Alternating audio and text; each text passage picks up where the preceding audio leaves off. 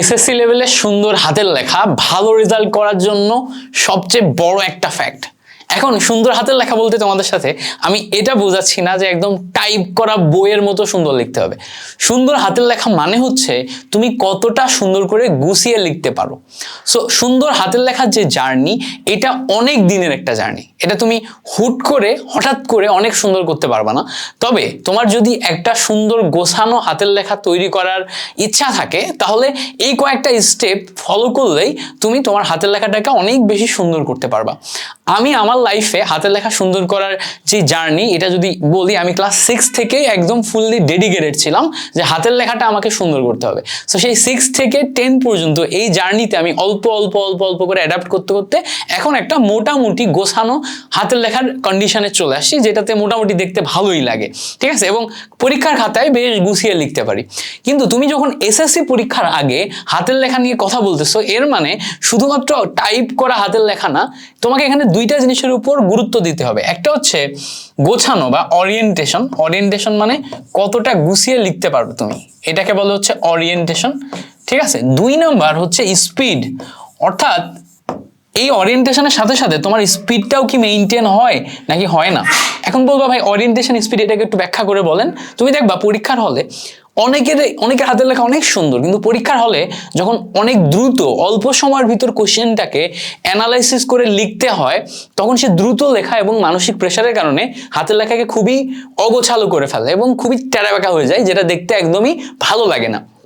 আরো একটা জিনিস, যে লম্বা সময় ধরে লেখার কারণে অনেকেরই হাত ব্যথা করে এবং তার হাতের লেখা ভালো থাকে না।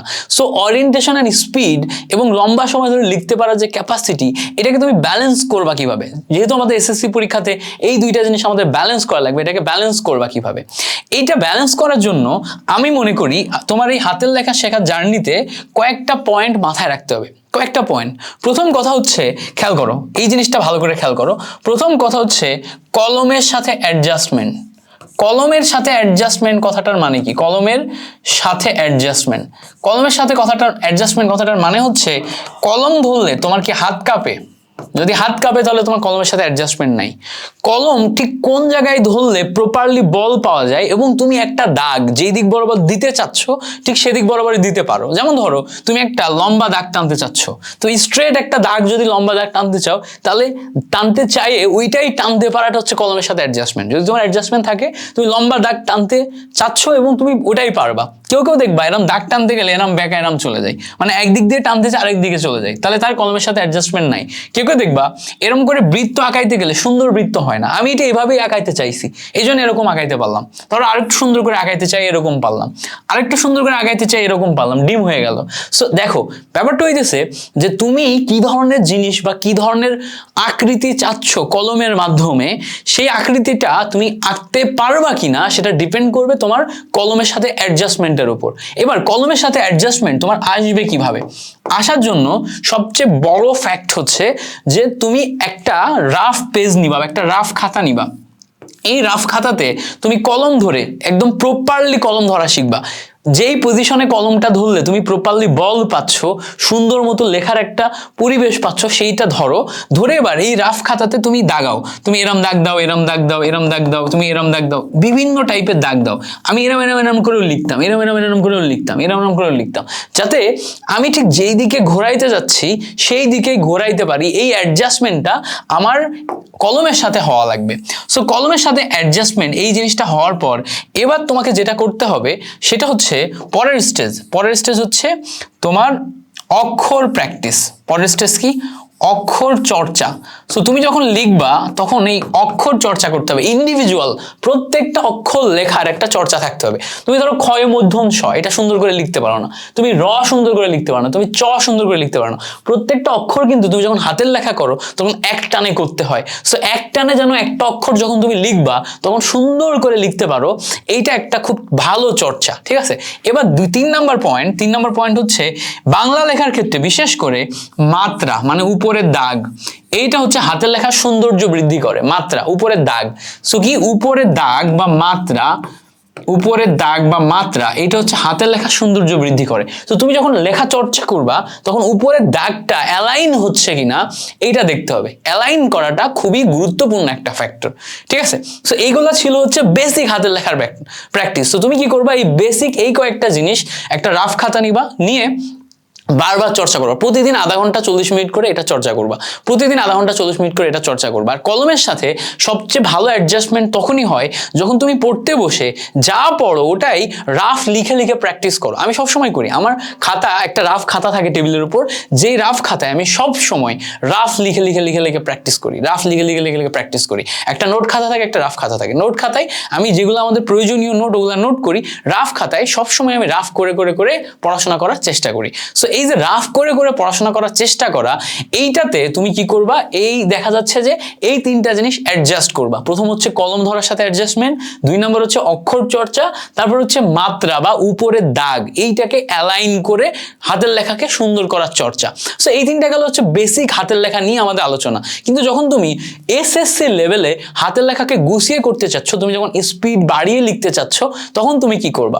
দেখো, স্পিড বাড়িয়ে লেখার জন্য তোমাকে প্রতিদিন একবার করে হলেও এক্সাম দেওয়ার অভ্যাস করতে হবে। সো এক্সাম দেওয়ার অভ্যাস বলতে কি বোঝাচ্ছি, সাপোজ ধরো তুমি দেখলা যে তোমাকে বাংলাতে 7 সেট সৃজনশীল লিখতে হবে। সো 7 সেট সৃজনশীল লিখতে গেলে প্রতি সেটে তুমি 21 মিনিট করে হয়তো সময় পাও। 21 মিনিটের ভিতর তুমি হয়তো 1 থেকে 1.5 মিনিট প্রশ্ন পড়ো, অর্থাৎ লেখার সময় পাও একদম পরিপূর্ণভাবে 20 মিনিট। সো দেখা যাচ্ছে কি, তুমি 4টা প্রশ্নের ভিতরে এ বি মানে ক এবং খ লেখার জন্য 5 মিনিট, এবং বাকি যেই গ এবং ঘ লেখার জন্য তুমি দেখা যাচ্ছে যে 7.5 মিনিট করে সময় পাও। তো 7.5 মিনিটে দেখা যায় কি তোমাকে লিখতে হবে কত, দেখা যাবে যে ক এবং খ এর জন্য তোমার 1 পেজ বরাদ্দ আছে, তুমি 1 পেজ ক এবং খ লিখবা। তারপরে পরপর 2টা পেজ লিখবা তুমি হচ্ছে গ নাম্বার, এবং তারপর পরপর 2টা পেজ লিখবা তুমি ঘ নাম্বার। তাহলে তোমার একটা প্রশ্নে টোটাল লিখতে হবে 1 2 3 4 5 পেজ। সো 20 মিনিটে তোমার 5 পেজ লিখতে হবে। সো 20 মিনিটে 5 পেজ লিখতে হবে, এবং সেটা তোমাকে একদম সুন্দর মতো গুছিয়ে লিখতে হবে। তার মানে কিন্তু হিউজ নাম্বার অফ লেখা। সো এত হিউজ নাম্বার অফ লেখার জন্য তোমার হাতে লেখা প্র্যাকটিস করা চাই। তো তুমি এক সেট প্রশ্ন 21 মিনিটে কখন লিখতে পারবা, এইটা তোমাকে বাসায় বসে বসে প্র্যাকটিস করতে হবে। তো তুমি ধরো তুমি কেমিস্ট্রির ক্ষেত্রে, বাংলার ক্ষেত্রে বা কিছু একটার ক্ষেত্রে পড়তেছো, ওইটা পড়ার পর ওই টপিকে তুমি এক সেট সৃজনশীল সুন্দর করে লিখে দেখো যে 21 মিনিটে হয় কিনা। 21 মিনিটের জায়গায় 23 মিনিট হইলে তুমি পরের দিন ট্রাই করবা আরো একটু দ্রুত লেখার, হাতের লেখাও মেইনটেইন করা, দ্রুত লেখার। তারপরের দিন ট্রাই করবা যে আরো একটু দ্রুত লেখার এবং হাতের লেখাটা মেইনটেইন করার। তুমি যখন লিখবা তখন সাবকনসিয়াসলি তোমার মাথায় যেন এটা কাজ করে যে তোমার হাতের লেখাকে অ্যালাইন রেখে, সুন্দর রেখে তারপরে তুমি প্রশ্নটা লিখবা। সো এই অ্যালাইনমেন্টটা ইচ্ছা যদি তোমার ভিতরে থাকে, তাহলেই দেখবা আস্তে আস্তে তোমার হাতের লেখার ইমপ্রুভমেন্ট হচ্ছে। এবার হাতের লেখাকে সুন্দর করার বা সুন্দর ওরিয়েন্টেশনে খাতায় রিপ্রেজেন্টেড করে আসার কিছু টেকনিক আছে। আমি সবসময় এই টেকনিকগুলো ফলো করি। যেমন ধরো বাংলা বা বাংলাদেশ বিশ্ব পরিচয় বা এই ধরনের সাবজেক্টের ক্ষেত্রে বা ইংলিশের ক্ষেত্রেও তুমি যখন একটা খ নাম্বার প্রশ্ন লিখো বা গ নাম্বার প্রশ্ন লিখো, আমি সবসময় গ নাম্বার প্রশ্নে লেখার জন্য কিছু ট্রিক অ্যাপ্লাই করি। সো তোমাদের সাথে সেই ট্রিকগুলো এখন ধরো আমি একটু শেয়ার করব। গ নাম্বারের ক্ষেত্রে ধরে নিলাম যে এইটা হচ্ছে আমার পেজ, এই পেজে আমি এখন গ নাম্বার লিখবো। সো আমি কি করব, এখানে প্রথমে গ নাম্বার দিব, দিয়ে প্রথমেই গ নাম্বারে আমার যে বিষয়বস্তুতে লিখতে বলছে সেই বিষয়বস্তু সম্পর্কে 2টা লাইনে একটা সুন্দর উদ্ধৃতি বা পরিচিতি পর্ব করব 2টা লাইনে। সো দেখা যাচ্ছে যে একটা বিষয় সম্পর্কে বর্ণনা দিতে বলছে বা মতামত দিতে বলছে, সেই বিষয় সম্পর্কে একটা সংজ্ঞা বা একটা সুন্দর লাইন লিখে ওই বিষয় সম্পর্কে উদ্ধৃতি দিলা। দিয়ে এই 2টা লাইন লেখার পর ঠিক 1 লাইন গ্যাপ দিয়ে এই জায়গায় এই বরাবর শুরু করছিলা, এখান থেকে সেই বরাবর শেষ করছো, ঠিক এই বরাবর এসে 1 লাইন গ্যাপ দিয়ে এখান থেকে তুমি এখন বিস্তারিত লেখা শুরু করবা। এখান থেকে একদম বিস্তারিত লেখা শুরু করবা, বিস্তারিত লিখে শেষ পর্যন্ত লিখে দেখা যাচ্ছে এই পেজ টোটালটা তুমি বিস্তারিত লিখছো। পরের পেজে যে দেখা যাবে যে পরের পেজে যে আরো 2 লাইন বিস্তারিত লিখছো। এরপর তুমি 2 লাইন গ্যাপ দিয়ে এখান থেকে তুমি একটা মন্তব্য করবা পরিশেষে সো মন্তব্য করবা। তাহলে দেখা যাবে যে লেখার ভিতরে একটা আলাদা প্যারাগ্রাফ ক্রিয়েট হবে, এবং এই প্যারাগ্রাফের কারণে তোমার লেখার একটা সৌন্দর্য বাড়বে। এবার তুমি কি সব এই অ্যালাইনমেন্টে লিখবা না, তোমার লেখার ভিতরে সিকিউ বা সিকিউ এর ক্ষেত্রে লেখার ভিতরে অ্যালাইনমেন্টের পরিবর্তন করতে হবে টিচারের দৃষ্টি আকর্ষণের জন্য। অ্যালাইনমেন্টের পরিবর্তন বলতে কি বোঝাচ্ছি, এই জায়গায় দেখো অ্যালাইনমেন্ট করার সময় তুমি এবার কি করলা, তুমি প্রথমে উদ্ধৃতি দিলা, মানে শুরুতে একটা সুন্দর বর্ণনা দিলা, দিয়ে এখান থেকে তুমি আরেকটু সুন্দর বর্ণনা দিয়ে এখান থেকে এক একটা করে পয়েন্ট দেওয়া শুরু করলা। 1 নাম্বার পয়েন্টে তুমি সুন্দর করে কিছু লিখলা, 2 নাম্বার পয়েন্টে তুমি সুন্দর করে কিছু লিখলা, 3 নাম্বার পয়েন্টে তুমি সুন্দর করে কিছু লিখলা। সো পয়েন্ট দিয়ে লিখলে দেখবা খুব কম লাইনে জায়গা খেয়ে যায়, আবার দেখতেও সুন্দর লাগে। সো এগুলোকে একটা নিনজা ট্রিক, তুমি কম লাইনে কিভাবে টিচারের মন জয় করে ফেলতে পারো। আবার দেখো তুমি প্যারাগ্রাফ আকারে না লিখে পয়েন্ট ধরে ধরে লিখলে টিচার মার্ক দেওয়ার জন্য পয়েন্ট গোনার একটা সুযোগ পায়। 10টা পয়েন্ট লিখছো, 10টা পয়েন্ট টিচার পড়ে দেখবে না, 3টা পয়েন্ট পড়ে দেখবে যে আচ্ছা ভ্যালিড পয়েন্ট লিখছে। সো 3টা ভ্যালিড পয়েন্ট দেখে টিচার হ্যাপি হয়ে যাবে এবং তোমার কিন্তু মার্ক দিয়ে দিবে। সো এগুলো একটা নিনজা টেকনিক, এতে সময় বাঁচে, কম সময়ে যত সুন্দর করে যত ওরিয়েন্টেশন করে তুমি লিখতে পারো ততই তোমার মার্ক আসার একটা ভালো সম্ভাবনা আসে। ইংলিশের ক্ষেত্রেও সেম ভাবে পয়েন্ট দিয়ে দিয়ে অনেক কিছু লেখা যায়, প্যারাগ্রাফ থেকে শুরু করে প্রত্যেকটা জিনিস সুন্দর করে অ্যালাইন করা যায়। সো তুমি যখন হাতের লেখা আরো ভালো করে অরিয়েন্ট করতে চাইবা তখন তোমাকে এই কয়েকটা জিনিস মেইনটেইন করতে হবে। প্রথমত কলমের সাথে অ্যাডজাস্টমেন্ট, তারপরে অক্ষর চর্চা, এরপর হচ্ছে মাত্রার চর্চা, এরপর আসে হচ্ছে তোমার এই অংশটা। এরপরে আরেকটা জিনিস যদি আমি অ্যাড করে দিই, পরীক্ষার খাতায় সবসময় এটা মেইনটেইন করবা, সেটা হচ্ছে কাটাকাটি যত কম হয়, কাটাকাটি যত কম। এই কথাটার মানে কি, ধরো কোথাও একটা কিছু তুমি ভুল লিখে ফেলছো, তুমি জানো এটা ভুল লিখে ফেলছো, এখন তোমার হাতে অনেকগুলা ওয়ে আছে। কেউ এই যেটা ভুল লিখছে সে জায়গায় কেমনে কাটে জানো, এরম করে, খাতার ভিতরে এরম করবে, করে টিচারকে চোখ দিয়ে দেখাই দিবে, দেখো এটা ভুল, এই জায়গায় আমি ভুল করছিলাম, এবং ওটা খাতার ভিতরে এত বিস্তৃতি দেখায়, মানে বিরক্তিকর একটা জিনিস। তো তুমি যদি এই জিনিসপত্রগুলা করো তাহলে টিচারের চোখে খাতার ওরিয়েন্টেশনটা নষ্ট হয়। বরঞ্চ তুমি যদি এরকম করো যে এই জায়গায় তুমি ভুল লিখছো, তুমি খুব আফসা একটা দাগ দিয়ে এটাকে এভাবে কেটে দিলাম, খুব আফসা একটা দাগ দেখাই গেল না, ওটা কেটে দিছো, পরে যে লিখলা। সো স্বাভাবিকভাবে খাতার ওরিয়েন্টেশন যদি কেউ জাস্ট করে, কোথাও একটা ওয়ার্ড তুমি কাটছো এটা বোঝাই যাবে না, কিন্তু পড়তে যে যদি দেখে যে এই লেখাটার মানে সে প্রথমে এই করে ফেলছিল এই ওয়ার্ডটা লেখার কারণে, আচ্ছা সে তো এই জায়গাতে এটা কেটে দিয়ে সঠিকটা লিখছে, ঠিক আছে, সে খুব নিখুঁতভাবে পড়তে গেলে তখন যেন বুঝতে পারে জায়গায় সে ভুল করছিল। এক দেখায় যেন সে জাজ না করতে পারে এই খাতার ভিতরে কাটাকাটি হয়েছে। সো তুমি যখন লিখবা তখন তুমি বারবার ভুল ওয়ার্ড লিখে ফেলতেছো কিনা এটার দিকেও তোমাকে চর্চা করতে হবে বাসায় বসে। সো তোমরা যারা এই সমস্ত সমস্যাগুলাই ভুগো, কি সমস্যায় ভুগো তোমরা একটু কমেন্ট সেকশনে আমাকে জানাও, যে এসএসসি লেভেলে হাতের লেখা সুন্দর করতে যে আমরা এই সমস্ত সমস্যায় ভোগান্তির শিকার হই বা এই সমস্ত সমস্যায় পড়ি।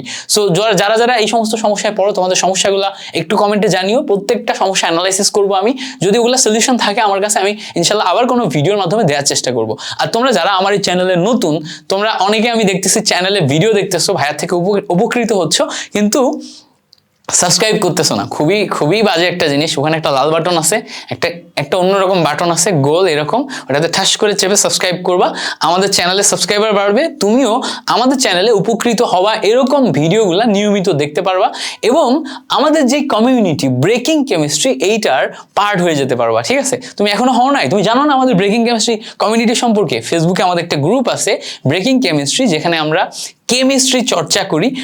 আমি একজন কেমিস্ট্রি টিচার, আমার হচ্ছে বিগত 4-5 বছরের পড়ানোর অভিজ্ঞতা থেকে তোমাদেরকে কেমিস্ট্রি পড়াই। আমি হচ্ছে বুটেক্সে পড়াশোনা করি এবং উদ্ভাসে 2 বছর কেমিস্ট্রি পড়িয়েছি, 10 মিনিট স্কুলে কেমিস্ট্রি পড়িয়েছি, এখন ব্যাটলস অফ বায়োলজিতে কেমিস্ট্রি পড়াচ্ছি।